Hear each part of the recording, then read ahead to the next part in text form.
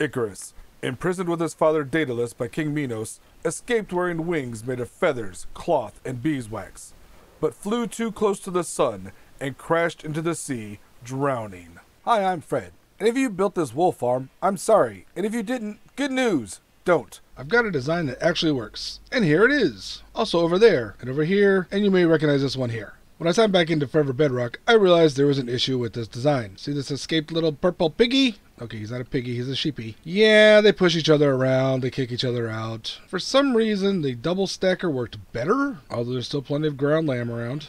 But not to worry, I came up with a new design. This isn't it. This wouldn't work very well. Nope, this still has a problem. You should be in this dirt. You should not be over there. I came up with several new designs based on the fact that this tower worked the entire time. So basically, you just can't have sheep pushing each other. You also need to separate them out by more than just one block. So my new designs, well, are actually based on an old design, just this double stacked module. You can take as many of these as you want. You can touch them up against the side, but they just can't share walls. They can be stacked. That one is stacked 16 tall. You can go build height, I guess. And they're easily powered by a redstone torch burnout clock. That allows both sheep to be sheared with one set of shears in one dispenser. Now, if you just wanted a regular redstone signal to do this where it clicks once and it shears, replace this light with another one, you'll be fine. I think it's a more efficient model because I just don't want to create a bunch of dispensers. They're the worst block to create. So starting with this tower, you can see I've improved the storage a little bit. I also made it automatic on top, just the sheep. If you want to build it this way, you can see that this is just those modules stacked on top of each other. Each module has a dispenser and a light. The light has helped the grass keep growing. And you can put this switch at the top or at the bottom. You could probably do an observer clock. I didn't test it, but you can test it. I like this method. It's cheaper. So then I also designed this 4-tower stack. What I like about this one is that all the items flow into one central spot and drop down into the chest. What I don't like about it is the redstone. I mean, it's fairly simple, but it's a little kludgy and it's kind of just messy. So then I decided to go a little more compact. So you can see the walls are next to each other. There's one gap in here, which I squeezed our little trigger sheep into, and all the same mechanics apply. It's a little tight in here, so you have to sacrifice a little grass in order to be able to access all the dispensers. And this one requires ice blocks to get the items to flow properly, because one sheep to the last sheep is 10 blocks wide. We know water only flows 8. But I decided to go with a slightly wider model. This is 9 across and 12 down and only 5 tall. Because it's still a little tight, so I sacrificed some storage so I could still climb in here and replenish the shears. And because the design was wider, I was able to do this, I can't help but think of Star Trek Enterprise shape to collect all the items. Click the link here or in the description to watch the original video with the non-working farm to get more of a discussion of the mechanics. But here are the items you'll need. These numbers aren't correct, but you'll need a variation of these, including 17 sheep if you want to build this entire farm. The shulker box here can hold the few things I'm keeping. I need the one that was missing stone.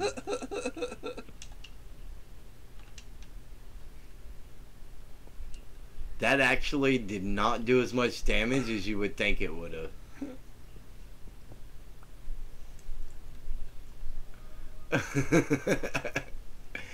Like, that was such a perfect shot too, and I was not even paying attention.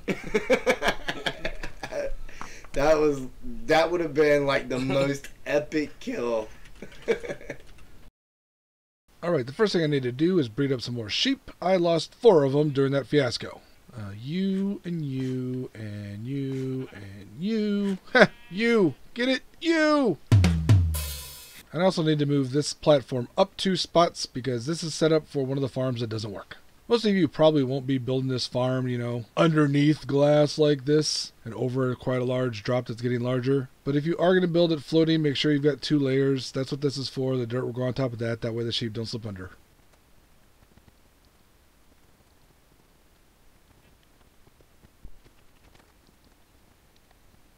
Laying out the farm will only be partially hindered by the fact that these sheep are in my way. So each module will be just like that. And right next to each other. And I'll start using a little bit of grass to make sure it spreads down here. And because I'm at a purple tower, I'll be using purple glass. I can already tell I have to move these sheep back a little.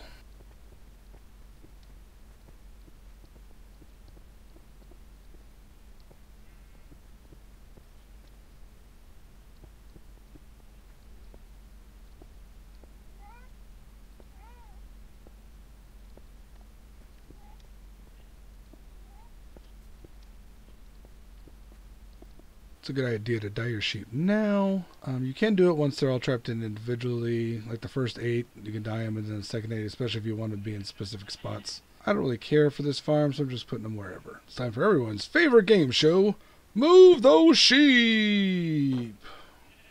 Today we find out that the contestant, me, has the ability to move those sheep.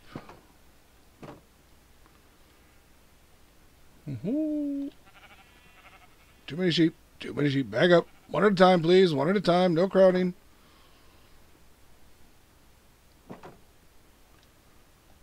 We set ourselves up for success.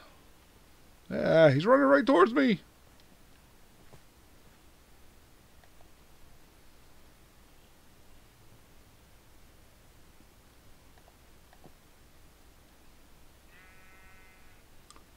Bloop. Okay, 8 sheep trapped. That there, that there. Grass block to start the next layer. And that's what we want to see.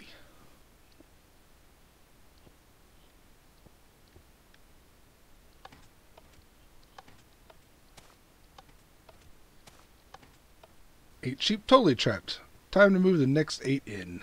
I'm thinking that this will be much easier from up above. I'm also thinking that would be a good time to start putting in a little bit of this dirt around here.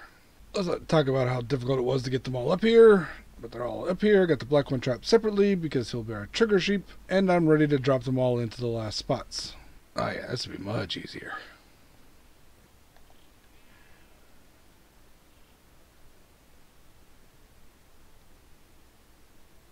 Plop you go.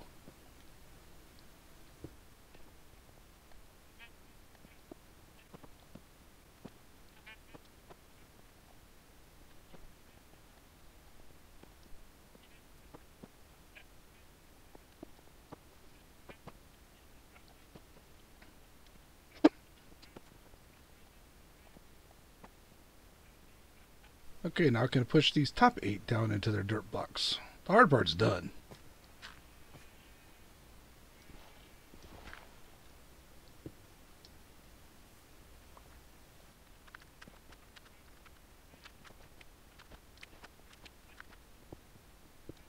I do find that handling things like this as an assembly line works much better than just doing it one at a time, even with small mistakes like that.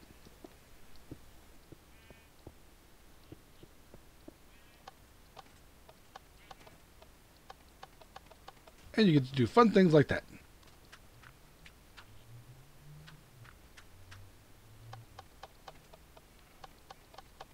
Excellent. Alright, I'm going to clean up my mess here, and we'll wrap this up. The next step is I silk touched some of that grass blocks, but I could still use dirt. And we're going to finish wrapping up this second layer here. So everywhere there is a sheep, we want 4 blocks of grass blocks around it. If you only have dirt, that's fine. As long as you have grass somewhere here, it'll all spread to each other. If you don't have silk touch, that's fine. Just make it close to grass and you can move it easily. It's not very fun. It moves quicker down than it does up, but it will move eventually. And we've all been there where you have to move grass hundreds of blocks because some reason.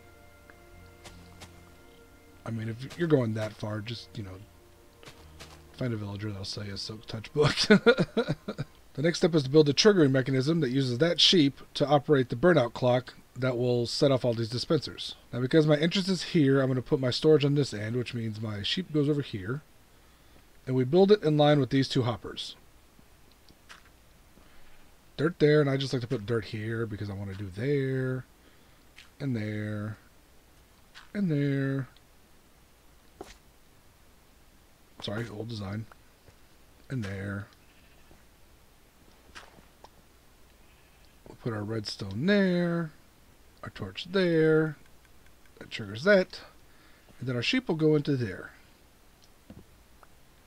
Buddy, want some delicious wheat? No, it's not a trick. You're definitely not going to spend your remaining days locked in a glass box. Nope, trust me. Highlight. That's your first lesson, sheep.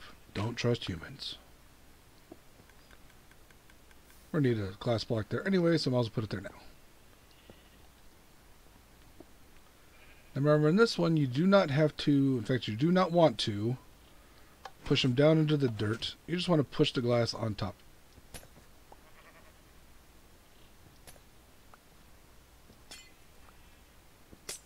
Because he's not trapped in the dirt, he's just got a little glass on his head. You don't need to put all the glass around we have for everyone else. Then we put dirt down below each dispenser. It'll turn into grass. That'll help everything. And we run a redstone line all the way down the center and on each block. And in this way, when this sheep eats the grass off of this block, or this block comes back to grass, all these dispensers will be triggered. These will be sheared. The wool will float up into our collection system. You see that? Awesome.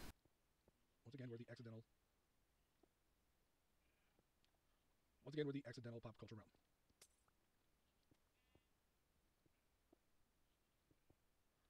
So in Bedrock, we can use buttons to stop water. In Java, you cannot. Ask me how I know. Don't want to talk about it.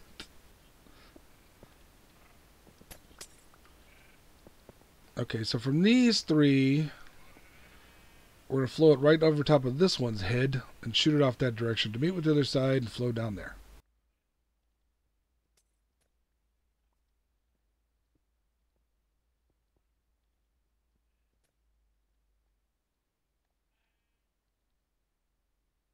Too far away, where was this place?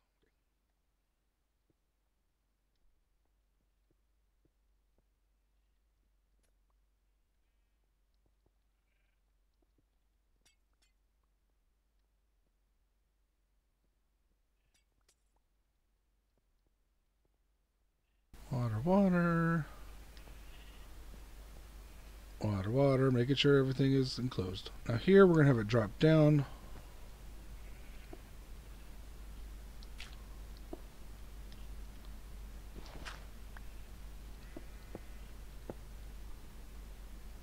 One. Well, we don't actually go one. We don't need to worry about counting. We bring this to this drop chute here.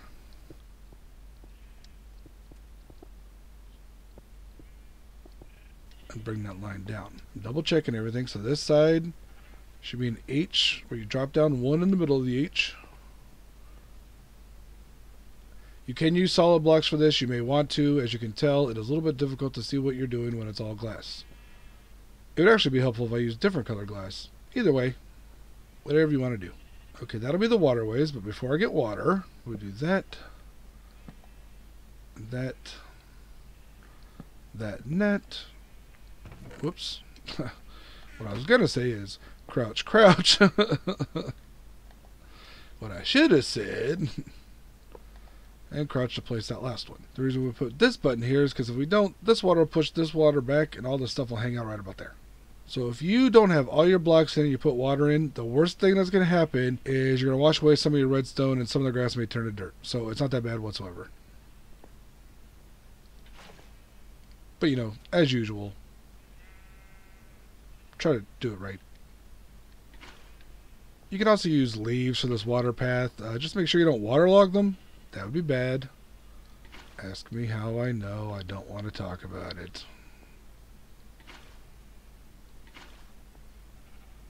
The button magically holds back all of that water, despite the fact that it is much smaller than the block it is on. I like to fill this space with water too.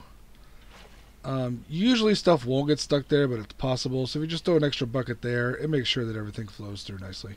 And now it is time to load up our shears. As I mentioned when we first looked at the design, the way in is through here, and from this point you can reach all of them. I have enough shears, I should be able to get at least 3 in each of them. In my experience, they always trigger while doing this, so don't be surprised. This will be the one time it doesn't happen, and yes. So I've got some more shears, I'll just throw them all in there. And honestly at this point I'm going to mark an hour, and we'll see how much we get in an hour. Nothing up my sleeve.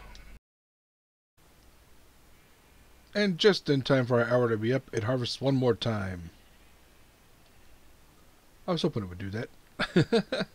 So here are our numbers. It's exactly 327 wool blocks, which is 5 stacks. It actually doesn't look like much because, you know, it's all 16 colors. It's kind of weird. Also widen this out a little bit. Just didn't want to fall off the edge. So there we have it. A proper working auto wool farm. Sorry about the other day. Got too excited. Thought it was working. It wasn't. Thank you all for watching. I encourage you to build this wool farm on your world. Be sure to check out the rest of Forever Bedrockers and the rest of my farms. I promise most of them have actually been tested more than just 3 hours. I'll catch y'all later.